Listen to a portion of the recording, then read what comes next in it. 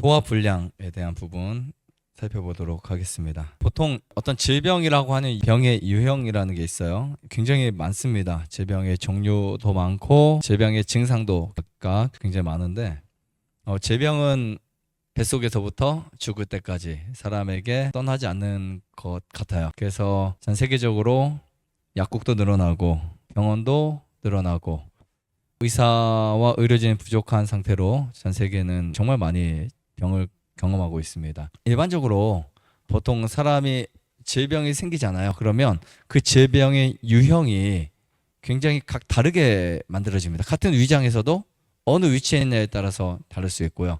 그런데 가장 기본적인 것 중에 하나를 제가 생각해 봤어요. 가장 기본적인 게 뭘까? 소화불량입니다. 소화불량. 보통 소화불량, 말 그대로 소화가 잘 안 된다, 소화에 불량이 있는 사람들, 이런 표현이죠. 그러니까 너무 오랫동안 배가 안 고프다, 너무 자주 배가 고프다, 속이 쓰리다, 아프다 등등 다 포함돼서 말씀드리는 거예요. 근데 원인 자체가, 소화불량의 원인 자체가 여러 가지가 있어요. 예를 들면 식사를 하고 나서 바로 눕는 습관이 많다. 그러면 위에서 위액이 역류해요, 역류. 그래서 식도 쪽으로 위액이 올라온다고. 그러면 위에 들문이 계속 조절문이 열리면서 자주 올라올 수 있어요. 그 다음에 소화관이 또 망가지는 이유 중에 하나가 뭐냐면 간식입니다. 간식을 자주 하다 보면 위 기능 자체에 문제가 온다고요. 기능 자체. 과식도 망가뜨려요. 과식하는 사람들은 위장이 커지거나 혹은 또 여러 가지 기능 장애가 생길 수 있어요. 그 다음에 저녁 식사를 많이 하거나 아침 식사를 안 하면, 습관적으로 저녁 식사를 하지만 아침 식사를 건너뛴다 그러면 이제 그런 경우가 있어요. 그러니까 저 같은 경우는 아침을 내려와서 못 먹게 되면 볶음국식이라도 먹거나 크래커라도 먹거나 해서 위장에 음식이 들어가도 최대한 해줍니다. 어디를 가더라도 아침에 꼭 먹으려고 정말 많이 노력해요. 왜냐하면 아침 식사를 규칙적으로 하는 것과 하지 않는 것의 차이가 엄청납니다. 그 차이가 위장병을 만들거나 그렇지 않을 수 있어요. 대신에 저녁을 단순하게 먹거나 혹은 또 아침을 잘 먹거나 이런 부분들을 해주셔야 돼요. 그 다음에 또 소화기관들이 망가지는 이유 중에 하나를 보면 스트레스입니다. 스트레스. 사실 어떻게 보면 소화관이 망가진 분들의 특징 중에 하나 뭔지 아세요? 되게 예민하고 신경 많이 쓰고 나는 정말 안 나을 것 같다는 굉장히 그런 부분들에 이제 시달림이 있습니다. 왜냐하면 위장은 뇌신경과 자율신경이 집합체예요. 그래서 소화불량인 분들은 반드시 이겨내셔야 돼요. 나는 괜찮아, 안 아파, 이 정도면 참을만 해, 이렇게 이겨내셔야 돼요. 안 그러면 위장병 환자가 암 환자보다 훨씬 더 고통스럽게 생각할 수 있고 본인이 더 환자라고 생각을 합니다. 실제로 그렇습니다. 또 왜 걸릴까요? 음식을 배합의 문제가 있어서도 걸려요. 예를 들면 단 것과 신 것, 이렇게 야채와 과일 같은 거 섞어 먹거나 배합이 맞지 않은 음식들을 막 넣게 되면 위장에서 위액이 종류별로 나와요. 그러면 혼란이 일어납니다. 즉 전쟁이 일어나는 거죠. 그럼 결과로 부글부글 끓거나 그런 현상이 있죠. 그런 가스가 차거나 그런 현상이 일어날 수 있어요. 소화불량증의 원인 굉장히 많아요. 물을 적게 마시거나 소금을 안 먹어도 소화불량이 생겨요. 자, 이렇게 해서 다양하게 생길 수 있고요. 소화액이 부족해도 생길 수 있고요. 몸에 간의 쓸개즙이라든지 췌장 이자액이라든지 소화액들이 부족하잖아요. 그러면 소화가 잘 안 돼요. 자, 이런 부분을 우리가 어떻게 해결할 수 있을까? 간단하게 몇 가지를 체크를 한번 해볼게요. 물론 기본적으로 우리가 뭔가 기술적 터치 없이, 기술적인 어떤 방법이 아닌 기본적인 식생활을 바꿔서 고치는 게 진짜 완벽한 거예요. 만약에 여기 아픈데 아픈 것을 대충 마비시켜서 고치는 게 아니고 기본적으로 뼈를 붙여가지고 뭔가 튼튼하게 해가지고, 그죠? 근본적으로 해결해서 고치는 게 진짜거든요. 근데 보통 증상 완화 치료를 생각하다 보니까 속쓰림 하면은 겔포스 먹거나, 그죠? 아니면 뭔가 어떻게 당장 해결하려고만 해요. 이게 아니고 근본적으로 해결할 수 있는 거 몇 가지를 좀 제가 말씀을 드릴게요. 첫 번째는 식사 양을 체크합니다. 굉장히 중요한 거예요. 소비되는 양을 계산해 봐야 돼요. 만약에 소비되는 칼로리가 적으면 소화에 문제가 생길 수 있어요. 그래서 반드시 여러분들이 알아야 될 게 과식, 소식 이거 따지기 전에 내가 먹는 양과 소비시키는 양이 어떻게 되는지를 아셔야 돼요. 학구적으로 30분 달리기를 했으니까 150칼로리 소비되고 등산했으니까 200칼로리 소비되고 이런 거 말고 기본적으로 그래도 음식을 이만큼 먹었으면 어느 정도 대사를 시킬 수 있을까, 이런 것들을 알아야 되고요. 기초 대사량이라는 게 있어요. 이것도 알아야 돼요. 나라는 사람이 B라는 옆에 있는 사람보다 기초 대사량이 더 높은가? 우리가 충분히 알 수 있잖아요. 가만히 있어도 나는 좀 더 대사가 많은 것을 느낄 수 있어요. 키가 크거나, 그죠? 뼈가 크거나, 체구가 크거나, 기본 대사가 많습니다. 아니면 기본적으로 그런 거 있잖아요. 집이 큰 집이 있으면 작은 집에 비해서 연료가 많이 들어가요. 맞죠? 근데 그렇다고 더 따뜻하지도 않아요. 그러니까 기본 대사가 다릅니다. 큰 차와 작은 차가 기름을 먹는 양이 다른 것처럼 기본적으로 우리가 갖고 있는 대사량이 다를 수 있으니까 그런 부분을 계산해서 이것을 체크해 보는 것도 좋습니다. 그래서 이 칼로리를 어느 정도는 잘 소화시킬 수도 맞춰야 돼. 무조건 적게 먹는다가 중요하지 않아요. 무조건 적게 먹으면 영양실조 걸릴 수 있어요. 내가 소화시킬 수 있는 능력치와 먹는 양을 비교를 하셔야 돼요. 그래서 내가 이 정도는 운동을 해서 소화시킬 수 있고 일을 하고 청소를 하고. 근데 여러분 그냥 운동만 한다고 엄청 많이 소비 되는 건 아닙니다. 여러분들이 운동만 하시는 것보다는 나도 모르게 내가 활동하는 범위가 넓어질수록 소비되는 그 칼로리가 많아져요. 이때는 음식을 조금 더 먹어도 큰 과식이 안 될 수 있어요. 이런 부분들을 우리가 이해할 필요가 있고요. 자, 두 번째 보시면 대부분의 소화 문제는 음식, 스트레스, 공기, 운동에 달려 있는데 우리가 먹는 음식을 체크하셔야 돼요. 예를 들면 내가 먹는 음식이 소화가 잘 안 되는 식품인지 소화가 잘 되는 식품인지. 하지만 소화가 잘 안 되는 식품이라고 표현하는 것은 소화액이 그것을 잘 해결하지 못하는 것인지를 판단하셔야 돼요. 예를 들면 소화율을 따졌을 때 현미의 소화율, 백미의 소화율은 굉장히 차이가 날 수 있어요. 소화율은 백미가 높지만 현미가 낮지만 현미는 꼭 필요합니다. 아시겠죠? 그래서 현미를 꼭 먹어야 돼요. 현미가 소화가 안 돼. 난 현미 먹으면 안 되나 봐. 절대 안 돼요. 그럼 여러분 밥이 소화가 안 되니까 물을 마셔야 된다. 이건 아니잖아요. 물은 소화시킬 게 별로 없으니까 우리가 물을 먹고 소화가 금방 되는 것처럼 느껴지는 거지. 현미가 갖고 있는 그 음식 양은 반드시 소화를 시켜야만 해요. 그럼 내가 만약에 현미를 소화를 못 시킨다 그러면 현미를 먹지 않아야 되는 것이 아니라 내 몸을 현미를 소화시킬 수 있도록 만드셔야 되죠. 아시겠죠? 기준치를 바꾸셔야 돼요. 사람의 몸은 적응하기 굉장히 적합한 체계로 잘 돼 있어가지고 우리가 뭔가 제한을 하잖아요. 제한을 할수록 나중에 그것에 대한 부담이 커져요. 나중에는 소화가 아예 안 될 수가 있어요. 그 부분에 대해서. 그리고 스트레스 정말 중요합니다. 여러분들이 음식을 먹고 신경을 많이 쓰거나 스트레스를 많이 받게 되면 소화가 안 일어나요. 왜냐하면 우리가 스트레스 받으면 피가 어디로 몰린다 그랬어요? 두뇌로 몰리겠죠. 그러면 위장 안에 피가 모여줘야 소화가 되는데 그게 안 되는 거예요. 아시겠죠? 그래서 굉장히 많은 스트레스가 뭐냐면 내가 왜 안 낫지? 이것도 스트레스예요. 아시겠죠? 이런 부분을 극복하고 이겨낼 수 있는 능력치도 가져야 돼요. 그래야 스트레스를 이겨낼 수 있습니다. 그래서 자꾸 내가 아프다라고 생각을 하잖아요. 그럼 그 스트레스가 엄청나요. 그런 부분들 아니면 또 다른 거 내가 생각하지 않아도 될 것들, 걱정하지 않아도 될 것들, 또 너무 염려하지 않아도 될 것들, 이런 것들을 우리가 최소화시키는 것도 중요합니다. 그러려면 좀 더 낙천적으로 바뀌어야 되고 긍정적으로 바뀌어야 되겠죠. 자, 그 다음에 공기 정말 중요해요. 소화 불량증을 해결하기 위해서 정말 중요한 게 뭐냐면 산소입니다. 산소. 공기 중에 21%가 산소예요. 산소를 마시면 소화가 엄청 잘 돼요. 그래서 여러분들이 김밥을 싸서 피크닉 소풍을 가서 이렇게 먹잖아요. 그럼 소화가 잘 돼요, 안 돼요? 훨씬 더 많은 양이 먹을 수 있어요. 그런데 소화도 잘 돼요. 그 이유가 뭐냐면 산소가 충분히 공급되니까. 근데 만약에 하루 종일 갇힌 곳에 있잖아요. 공기가 통하지 않는 곳, 산소가 부족한 곳에 있는다 그러면 소화가 잘 안 돼요. 생각보다. 그리고 그것이 병이 될 수 있어요. 소화가 잘 된다는 느낌을 받아도 병이 될 수 있어요. 그래서 반드시 좋은 공기를 최대한 많이 마시자. 근데 많이 마시는데 나는 좀 더 마시고 싶어. 그러면 호흡을 깊게 하세요. 해서 폐 활량을 좀 키워놓으세요. 그러면 평상시에도 좋은 산소를 훨씬 많이 흡입할 수 있어요. 아시겠죠? 그냥 우리가 같이 밖에 나갔는데 두 사람이 똑같이 공기를 마시는 것 같은데 한 사람이 더 마실 수 있어요. 뭐냐면 폐 활량을 늘려놓는 거예요. 늘리려면 운동도 필요해요. 호흡이 차는 운동 하면서 폐 활량을 이렇게 막 늘려놔야 돼요. 그리고 공기를 충분히 마시는 연습을 하셔야 돼요.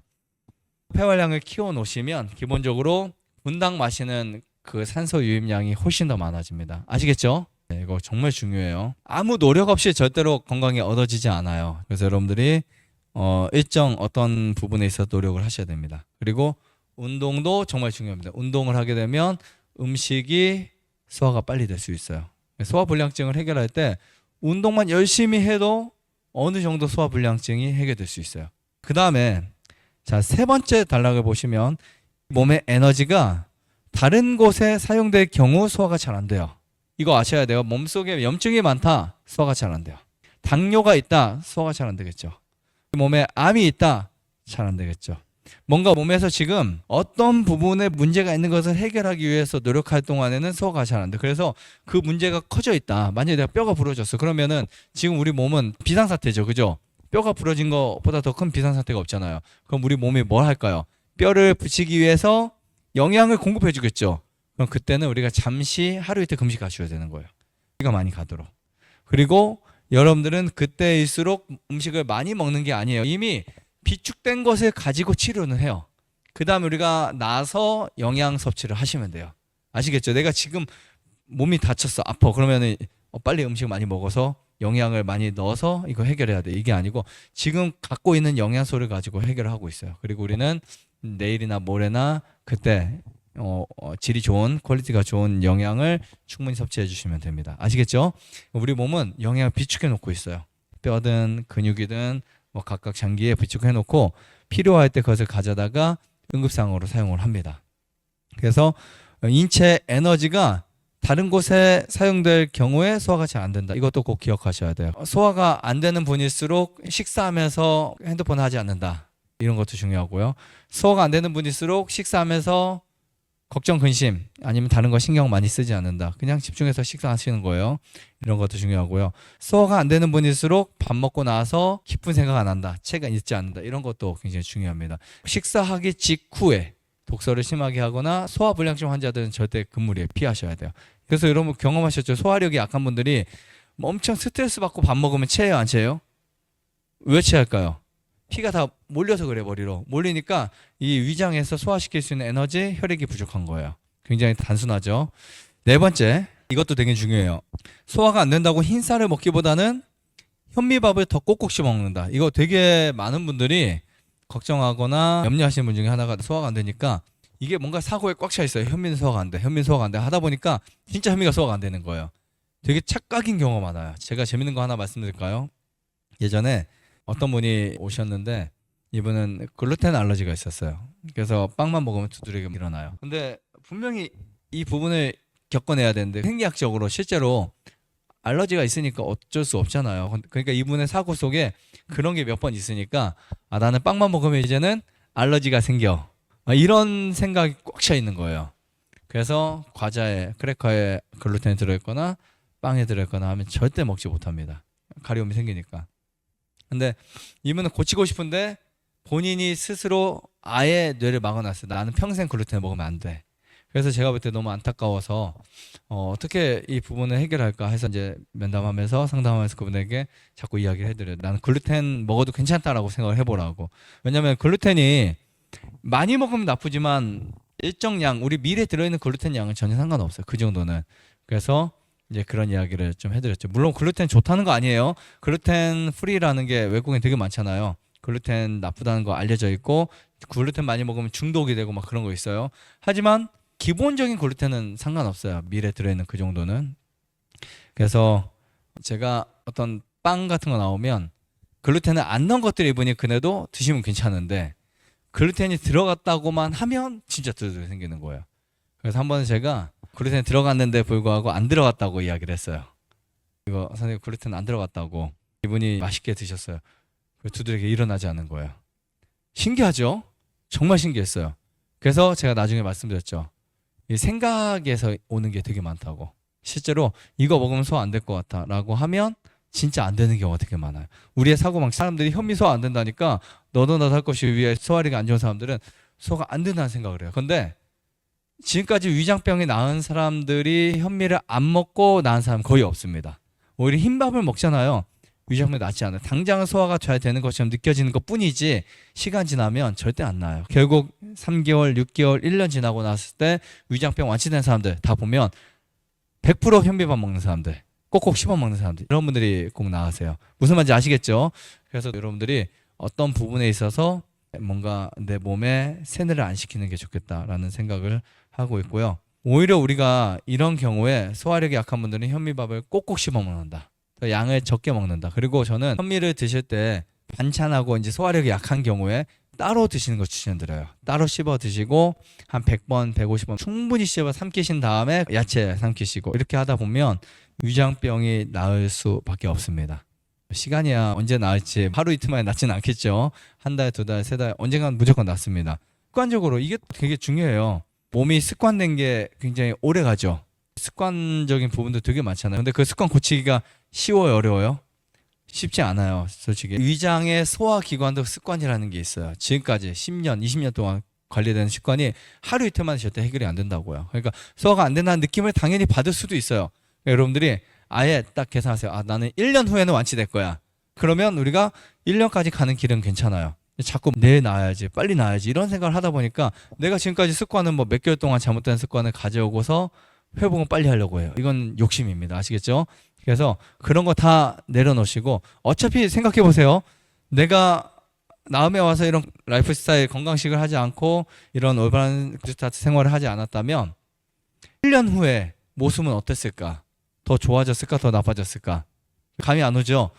아니면 유지하기도 힘들었을 거예요. 제가 보면 대부분의 사람들이 지금부터 우리가 생활을 막 하잖아요. 1년 후에는 지금 현재 몸을 유지하기 힘들어요. 물론 좋아졌다 나빠졌다 하다가 결국은 나빠져요. 하지만 이런 생활을 하루 이틀 생활하면서 뭐 되게 안 낫는 것 같고 하지만 1년 후에 딱 가서 보면 몸이 좋아졌다는 것을 정말 많이 느낄 수 있습니다. 그래서 우리의 사고방식을 좀 바꾸는 것도 중요하고요. 자, 6번째는 물을 충분히 마시는데 자, 이때 소금물도 같이 많이 마셔주세요. 소금물 마시는 것도 굉장히 중요한 게 소화액을 만드는데 필수 식품이 뭐냐면 소금이에요. 아시겠죠? 소금을 안 먹거나 부족하다 그러면은 피가 안 만들어질 뿐만 아니라 소화액도 잘 안 만들어져요. 그러니까 저는 양질의 소화액을 위해서 반드시 추천하는 것 중에 하나가 소금이라고 생각하고 있어요. 그리고 물 충분히 마셔야 돼요. 소화액에 가장 필요한 거 물입니다. 6번째, 습기가 많은 음식보다 습기가 적은 음식을 섭취하는 게 좋다. 누룽지, 볶음곡식, 크래커 이런 것들 있죠. 꼭꼭 씹어 먹을 수 있는 거. 밥도 여러분들이 너무 질게 드시는 것보다는 약간 되직하게 드시는 게 훨씬 낫습니다. 그래서 예전에 어떤 분은 실제로 밥을 쪄서 드신 분도 있었어요. 그러면 밥이 알알이 다 떨어져 있어요. 근데 그거를 정말 꼭꼭 씹어 드세요. 그러면 엄청 뭐 건강해지는 경험을 하셨는데 이런 부분들도 여러분들이 좀 생각하시면 좋을 것 같습니다. 좋아요, 구독, 안내자전 눌러주세요. 눌러주세요. 눌러주세요.